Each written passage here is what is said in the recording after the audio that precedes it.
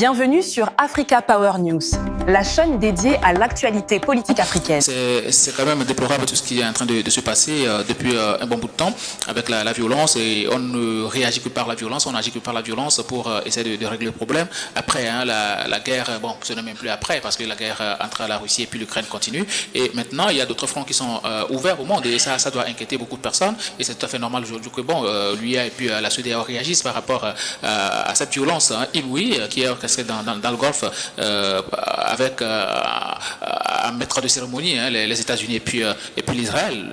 C'est assez préoccupant ce qui se passe. C'est vrai que bon, il y a des raisons qui sont évoquées, on ne va pas revenir sur cela, mais beaucoup plus par rapport aux positions africaines, parce que quoi qu'on dise, nous sommes affectés et nous serons forcément affectés si cette situation-là s'enlise et même continue dans la même position, parce que forcément on entretient des relations, des échanges commerciaux et tout ça avec les pays africains et même les pays du Golfe. Et donc quand c'est comme ça, vous savez que la plupart de nos commerçants aujourd'hui, ils vont à Dubaï ou autre là pour acheter des produits et venir les vendre ici. Peut-être maintenant, même à cette époque, à cette période où nous sommes en train de parler, il y a encore des Togolais qui sont à Dubaï en train de chercher des produits achetés pour venir vendre ici. Donc forcément, nous serons touchés d'une manière ou d'une autre, et donc il fallait réagir. Et donc la réaction de l'Union africaine et de la CEDEAO viennent à point nommé.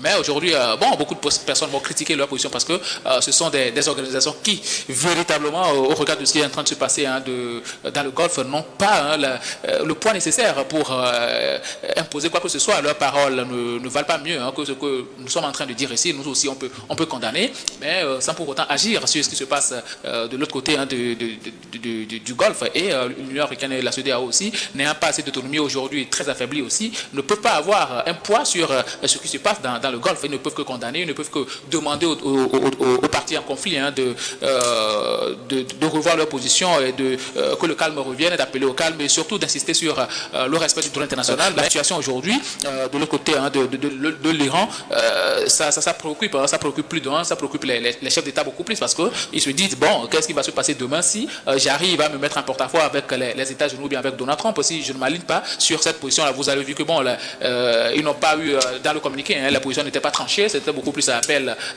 nos pays sont assez faibles.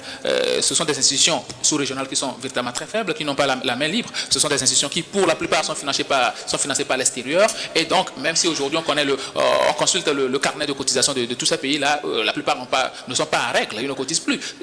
Ces institutions survivent par le biais du financement international. Et donc aujourd'hui, la situation est telle que vous n'avez pas la main libre, vous ne pouvez pas vous positionner directement par rapport à ce qui se passe. Sinon, tout le monde sait aujourd'hui que cette situation a été créée de toutes pièces, avec des arguments tirés par les cheveux par les États-Unis et puis l'Israël. Mais puisque les États-Unis, nos dirigeants aussi n'ont pas les mains libres, ce sont des gens qui aujourd'hui, pour la plupart, n'ont pas l'aval de leurs concitoyens, ne sont pas véritablement légitimes à l'intérieur de leur pays. Leur légitimité, bon, c'est beaucoup plus dû aux lettres de félicitations qu'adressent la plupart du temps les États-Unis, la France et autres là, les pays occidentaux. Et donc la situation est beaucoup plus compliquée. Ils ne peuvent pas agir ou bien réagir de manière tranchée en condamnant l'agissement des États-Unis et puis de l'Israël. La plupart. C'est quand même triste.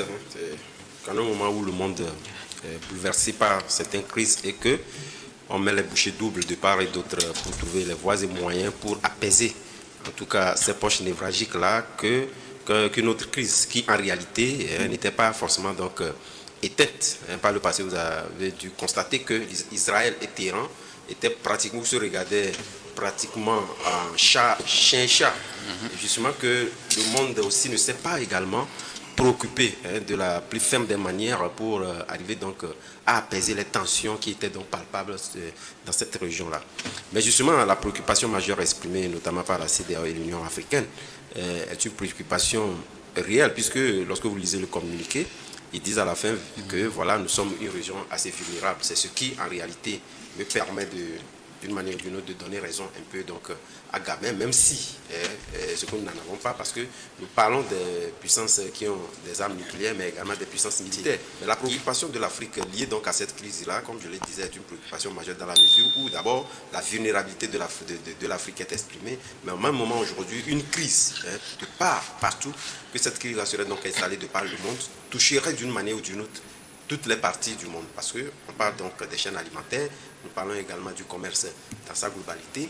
Donc vous voyez forcément qu'aujourd'hui, l'Afrique, lorsque vous voyez, surtout lorsque nous parlons de Téhéran, il y a plusieurs pays africains qui ont des relations surtout commerciales avec Téhéran. Mais quand même, le monde ne peut pas rester, en tout cas, bouche bée face à cette situation-là. On le regarde que voilà, Donald Trump a sa manière donc de voir les choses, et Israël également, lié au fait qu'il a donc les États-Unis à ses côtés, et c'est donc d'enfler donc les crises en sa position. Donc moi je pense qu'il faudrait quand même que quelque chose soit fait aujourd'hui, c'est vrai. Un communiqué, un simple communiqué, l'Afrique n'a pas les moyens de pouvoir donc intervenir dans une guerre qui en réalité aura donc des tentacules de par le monde, mais également nous avons quand même la diplomatie qui peut réellement donc jouer.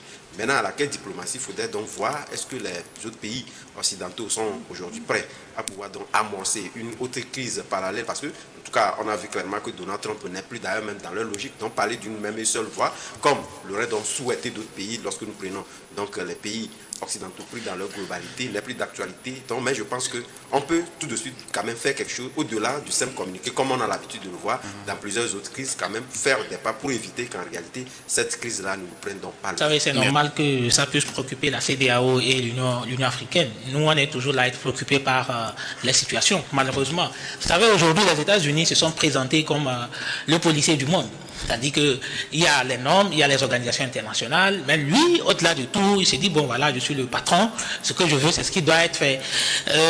Effectivement, l'Iran est en train d'enrichir de l'uranium pour pouvoir développer son arme nucléaire, et cependant nous savons tous qu'il y a quand même une organisation mondiale pour le nucléaire qui en réalité est chargée de réguler cette situation, et je ne sais pas en quoi les États-Unis peuvent se permettre aujourd'hui de s'ériger en policier et sortir au-delà de ces normes internationales pour pouvoir dicter sa loi, pour pouvoir redresser les États-Unis. C'est comme il y a des normes internationales qui régulent ce genre de situation, et donc les États-Unis devraient aujourd'hui se caser dans ce que le droit international, dans ce qui est prévu. S'il faut maintenant attaquer un pays, il faut que le Conseil de sécurité des Nations Unies puisse l'autoriser. Est-ce que les États-Unis aujourd'hui ont sollicité le Conseil de sécurité des Nations Unies?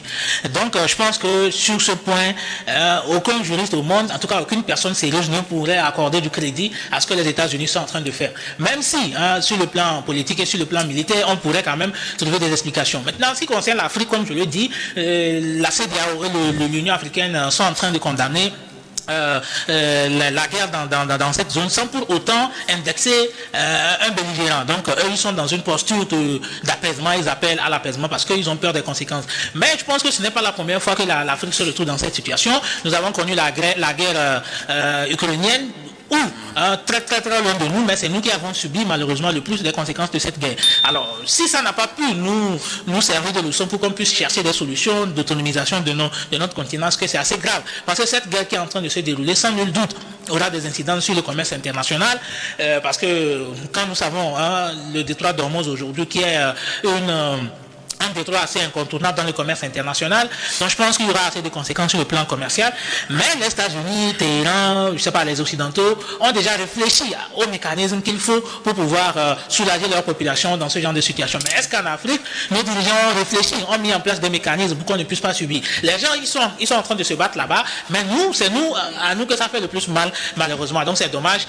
Il s'avère très très impérieux, au-delà de l'appel à l'apaisement et tout, de trouver des mécanismes pour protéger les populations. Merci. N'oubliez pas de vous abonner, d'aimer la vidéo et d'activer la cloche de notification pour ne rien manquer.